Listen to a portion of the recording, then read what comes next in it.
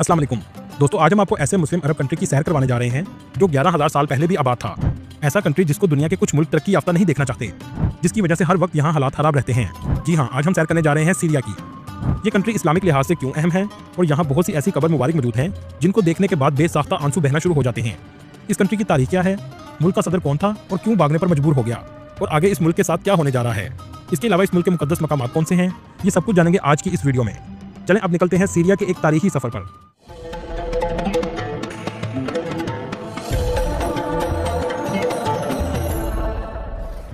इस कंट्री का ऑफिशियल नाम सीरियन अरब रिपब्लिक है, लेकिन ज्यादातर लोग इसे शाम के नाम से जानते हैं। शाम में तकरीबन 23 मिलियन लोग आबाद हैं। ये कंट्री आबादी के लिहाज से दुनिया के 57वें नंबर पर आता है। इस कंट्री का कुल रकबा 1,85,000 मुरबा किलोमीटर है और रकबे के लिहाज से ये दुनिया के 87वें नंबर पर आता है। शाम मशरिक़ वुस्ता में वाक़या एक तारीखी और अहम मुल्क है जो अपनी कदीम तारीख और जोग्राफियाई अहमियत की वजह से दुनिया भर में फेमस है। अगर इस कंट्री के बॉर्डर की बात करें तो एक तरफ तुर्की, इराक, जॉर्डन, लेबनान और इसराइल वाक़या हैं और दूसरी तरफ मेडिटेरियन सी की साहली पट्टी लगती है। शाम में 90% मुसलमान आबाद हैं, जिनमें 74% लोग सुन्नी मसलक से ताल्लुक़ रखते हैं, जबकि 16% लोग शिया मसलक के हैं। बाकी 10% आबादी क्रिश्चियन, यहूदी और दूसरे मज़हब के लोग आबाद हैं। इस कंट्री में रहने वाले लोग अपनी ज़िंदगी बहुत मुश्किल से गुजार रहे हैं, लेकिन शाम में रहने वाले लोग बहुत बहादुर और मेहमान नवाज होते हैं। पिछले 50 साल से ये मुल्क पसमानदगी का शिकार है। इस कंट्री में सबसे ज़्यादा अरबी ज़ुबान बोली जाती है। इसके अलावा यहाँ के लोग फ्रेंच और कुर्दिश ज़ुबान भी बोलते हैं। हालत जंग में होने के बावजूद यहाँ के लोगों ने अपनी सकाफत को आज तक जिंदा रखा हुआ है। इसी वजह से इस कंट्री को मिडिल ईस्ट का सबसे ज़्यादा तारीखी मुल्क माना जाता है, जहाँ बहुत से सहाबा कराम भी तशरीफ लाए और उनकी कब्र मुबारक भी मौजूद हैं, जो आगे हम आपको वीडियो में इनकी ज़ियारत भी करवाएंगे। इस कंट्री में बहुत से फ़लस्तीनी, इराकी, लेबनानी और कुर्दिश लोग भी आबाद हैं। कंट्री का दारुल हुकूमत दमिश्क है, जो मुल्क का सबसे बड़ा और तारीखी शहर है। कहा जाता है दुनिया के सबसे कदीम शहरों में दमिश्क आता है। एक अंदाजे के मुताबिक दमिश्क में तकरीबन 11,000 साल पहले भी लोग आबाद थे।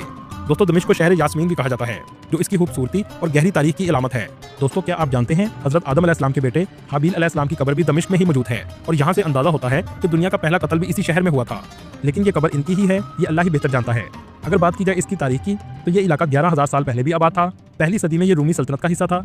636 ईस्वी में जंग यरमूक के बाद शाम मुसलमानों के ज़ेरे असर आ गया। 661 ईस्वी से 750 ईस्वी तक दमिश्क उम्वी खिलाफत का दारुल हुकूमत बन गया। जब अब्बासी खिलाफत का दौर शुरू हुआ तो शाम बगदाद के मतहत था। 12वीं सदी ईस्वी में सलाहुद्दीन अयूबी ने सलीबी जंगों में सीरिया के इलाकों को आज़ाद करवाया, क्योंकि अगर फ़लस्तीन और बैतुल मुक़द्दस को फतह करना हो तो सीरिया को इससे पहले फतह करना जरूरी था, और इसी वजह से इसकी जुग्राफियाई अहमियत भी बहुत ज़्यादा है। इसराइल हमेशा सीरिया को कमज़ोर देखना चाहता है। कुछ दिन से आप सीरिया के बारे में न्यूज़ चैनल्स पर देख रहे होंगे। ये इस चीज़ की तरफ इशारा है कि इसराइल अपना असर और रसूख शाम में बढ़ाना चाहता है, जो यहूदियों के एक ग्रेटर इसराइल के प्लान का हिस्सा है।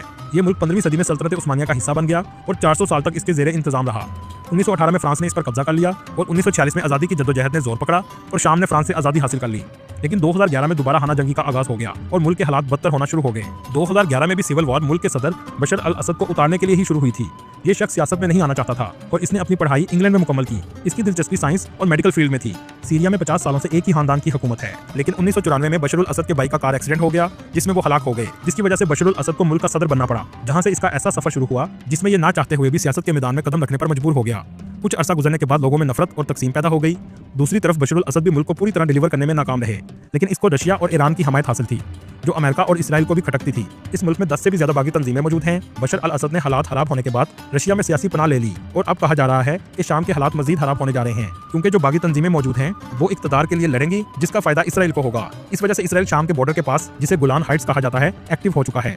दोस्तों, क्या आप जानते हैं अमेरिका के सबसे फेमस शख्स स्टीव जॉब के वालिद भी सीरिया के थे, जिनका नाम अब्दुल फतेह जंदाली था, जिन्होंने अमेरिका में तालीम हासिल की और जवान शैल से एक बच्चा पैदा हुआ जिसका नाम स्टीव जॉब था, और ये एप्पल कंपनी का बानी है। लेकिन ये बच्चा बगैर शादी के पैदा हुआ था। इस मुल्क की जीडीपी 9.42 बिलियन डॉलर है, जबकि 2010 में सिविल वॉर से पहले इसकी जीडीपी 252 बिलियन डॉलर थी। लेकिन आज इस मुल्क के ये हालात हैं कि रात के वक्त ऊपर से अगर सीरिया को देखें तो 83% लोग अंधेरे में डूबे हुए नजर आएंगे। यहाँ के लोगों की सालाना आमदनी 470 डॉलर है, जो दुनिया में सबसे कम मानी जाती है। इस मुल्क का मौसम ज्यादातर गर्म और खुश्क है। दुनिया का सबसे फेमस दरिया फरात भी यहाँ से बहता है और ये पानी तुर्की से गुजर के आता है। इस कंट्री पर पाबंदियां कई सालों से हैं, जिसकी वजह से ये माशी बहरान का शिकार है। आज इस कंट्री की करेंसी भी बहुत कमजोर हो चुकी है। एक पाकिस्तानी रुपए के बदले 46 सीरियन पाउंड मिलते हैं। चलें अब आपको दमिश्क में मौजूद ज़ियारतें करवाते हैं। दमिश्क इस्लाम के लिहाज से बहुत अहमियत रखता है। बीबी ज़ैनब सलामुल्लाह अलैहा का रोज़ा मुबारक भी दमिश्क में मौजूद है, जहाँ बहुत ज़्यादा ज़ायरीन आते हैं। इस इलाके को ज़ैनबिया भी कहा जाता है। आपको यहाँ ज़्यादातर औरतें हजाब में नजर आएंगी। रोज़ा काफ़ी बड़ा और खूबसूरत बनाया गया है। करबला के वाक़े के बाद आपको करबला से कूफा और कूफा के बाद शाम के मुख्तलिफ बाजारों से गुजार कर लाया गया था। इसके अलावा बीबी सकीना सलामुल्लाह अलैहा का रोज़ा मुबारक भी मौजूद है, जिसकी ज़ियारत के लिए पूरी दुनिया से मुसलमान आते हैं। चलें आप चलते हैं एक और ज़ियारत की तरफ। हज़रत मोहम्मद सल्लल्लाहु अलैहि वसल्लम की दो ज़ौजा अम्मा उम्मे सलमा रज़ी अल्लाह तआला अन्हा और अम्मा उम्मे हबीबा रज़ी अल्लाह तआला अन्हा का रोज़ा मुबारक भी इसी शहर में है।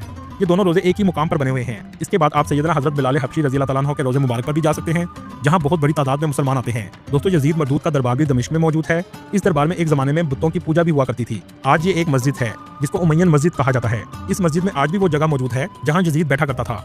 दूसरी तरफ ये वो जगह है जहाँ सादात के काफिले को ठहराया गया था।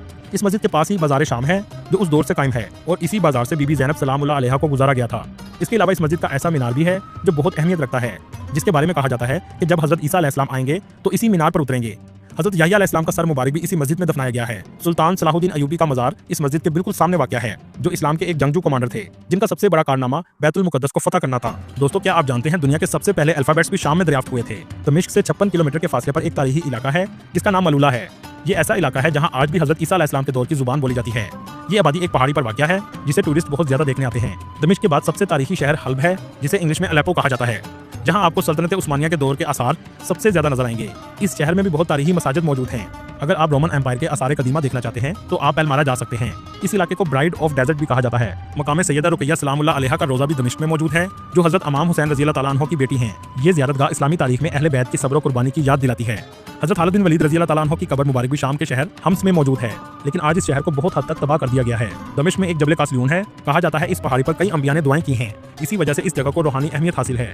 ये भी दमिश्क के करीब वाक़या है। दोस्तों ये वीडियो देखने के बाद आपको अंदाजा हो चुका होगा कि इस्लामी लिहाज से शाम कितनी अहमियत रखता है और इसी वजह से दुनिया इसके हालात को ठीक होता नहीं देख सकती।